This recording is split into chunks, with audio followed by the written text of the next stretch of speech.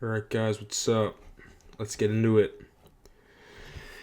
So, I want to start here with First Corinthians verses. First Corinthians chapter 1, verses 27 through 28. I am using the ESV right now.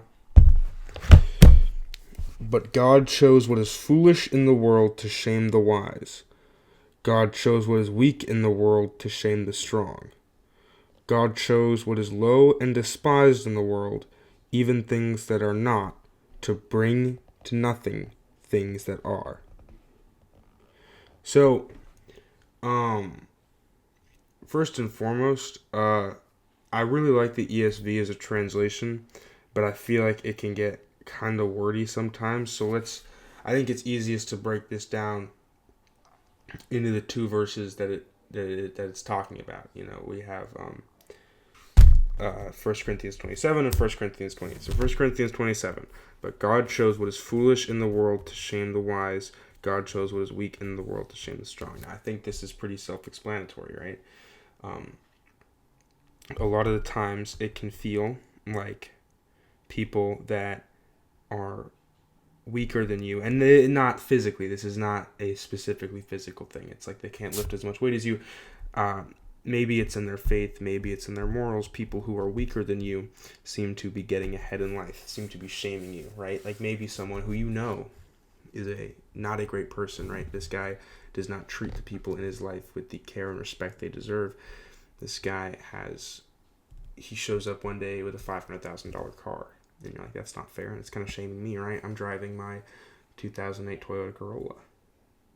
What's the deal with that? But I go to church every Sunday. I respect everyone around me. Like, why am I like this? And I think verse 28 shines light on this. God chose what is low and despised in the world, even things that are not, to bring nothing things that are. To bring to nothing things that are.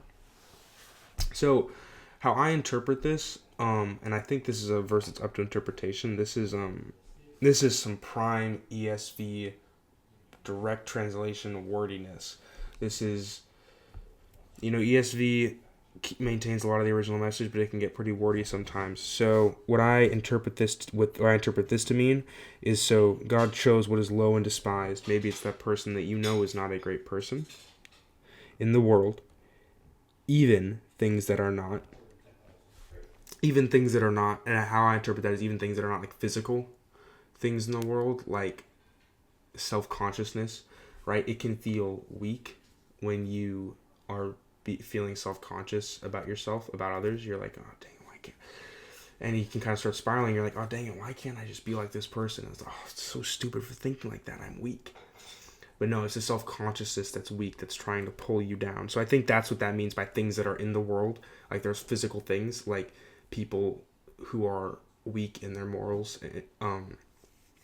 that get nice things. And I think there's some other things like anger. Like I know like a lot of people struggle with some like severe anger. That's definitely an example of that.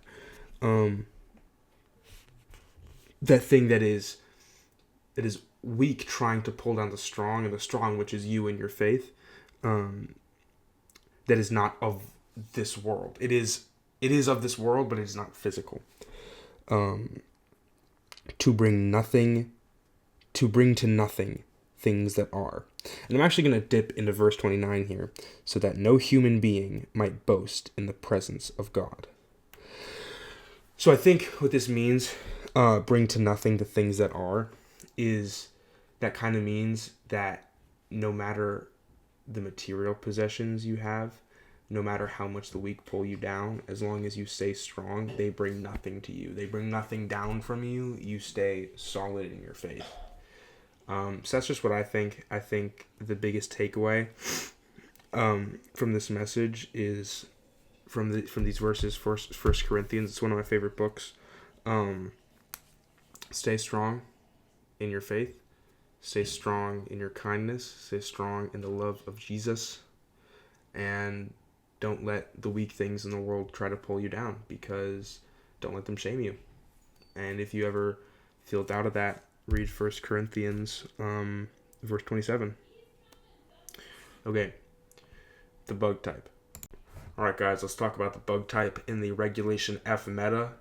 And also kind of just in general how it fares in VGC, Scarlet and Violet kind of specifically, but I'll be touching on points from all of it.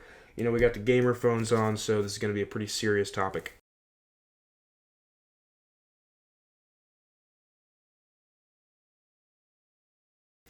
Okay, I want to start off with its limited offensive coverage. Bug only hits 3 types in the game for super effective damage: Grass, Dark, and Psychic. And these are not great types to have your only 3 hitting for super effective damage. Because in those 3, you have Fire for Grass, which is a relatively consistent offensive typing. Entei is relatively predominant, especially with Sacred Fire. So there's a lot of reliable fire stab on the field, and especially when Champions comes out, and I see Mega Charizard Y popping Heat Waves like it's no one's business. Grass is going to seriously reconsider its position. In addition, Dark is weak to Fairy, one of the greatest offensive types possibly ever. Play Rough and Moonblast and Sylveon Pixelate Hyper Voice. Fluttermane is a thing that exists, and we're all just going to have to live with that. And it's not going to go away, and it's going to hurt. And Dark types are having a rough time if you don't already resist Fairy. If you don't resist Fairy with your secondary typing, like Incineroar does. And Psychic is weak to Dark. And Dark is also a pretty reliable coverage. That's what I meant. Coverage move that a lot of teams are going to have. Each team is going to have at least one knockoff user, maybe even a Snarl in there to really start crippling some special attackers. So Psychic overall has always been kind of mid to bottom in terms of a type to have.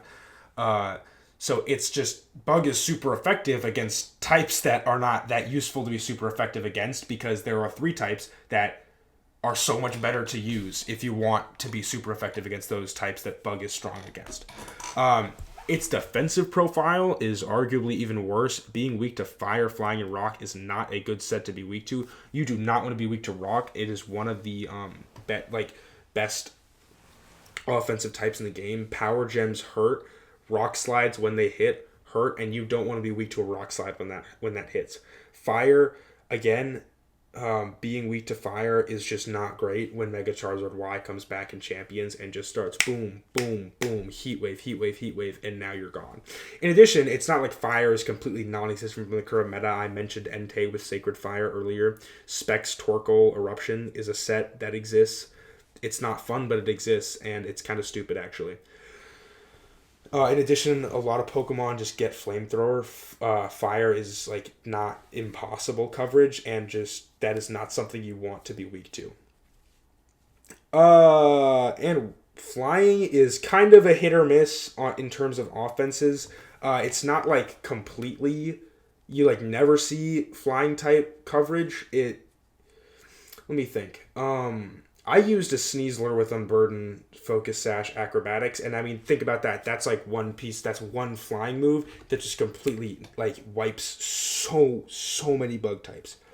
I would say to fix its type chart matchup, I think we give Bug one more super effectiveness. I think hitting Fairy for super effective damage could be really good. I think from a math perspective, it should hit Water for super effective damage, because Water only having 2 weaknesses makes it one of the greatest defensive types in the game. But that doesn't make any sense with Bugs drink water, with the Dragons drink water, everyone drinks water. The human type is super effective against water. So I think making it super effective against Fairy, there's some justification there. Bug already resists Fairy. It's not impossible. Or Fairy resists Bug. Man, I really hope I didn't just turn that around. And then for its defensive defensive kind of profile, I think Bug type Pokemon need better defensive abilities. Give more Bug type Pokemon things like Thick Fat. Now, of course, there's an anatomical difference. Bugs can't be fat. That's not how an exoskeleton works. So I don't know, some kind of variant of Thick Fat that allows them to just at least mitigate that crippling fire weakness. And I would say there's also just a lack of high impact representatives. When you think of top tier Pokemon, right, bug types almost never show up. Volcarona is scary in terms of the fact that Snarl is relatively prevalent. It gets props for having Quiver Dance. Scizor struggles in a high damage meta. It's really great when the power level is a little lower, but the power level just kind of never like reaches that low point where Scizor starts really excelling. It just requires too much investment and too much reliance on something that if it touches, like if it gets near a campfire, it just disappears. In addition, it's just compared to like Steel, Water, and Fairy, it just, think about it like this. When you think of strong bug types, it's hard to think of something. Like, you think of, like, I think of 5. I think of Volcarona. I think of Scizor. I think of Genesect, just because it's a mythical, you know, if it was in the game, it'd be fine. Think of Genesect. You know, oddly enough, I think of Excavalier. Excavalier, I think, is the only bug type that's ever won a Worlds. And what's my 5th bug type that I think of when I think of strong bug types? I don't know. Let me know in the comments down below. What's your 5th strong bug type that comes to mind? But if I think of water, I think of Kyogre. If I think of steel, I think of Zacian. If I think of fairy, I think of Zacian. If I think of nightmares, I also think of Zacian. And if I think of something that makes me want to pee my pants, I think about Zacian. Dragon, kind of another kind of mixed bag. Like I can think of like 5 like really, really strong dragons. Koraidon and Miraidon are my other options. I would say it needs... Okay, the easy thing is to say the next bug type needs to be a pseudo-legendary. Or the next pseudo-legendary needs to be a bug type.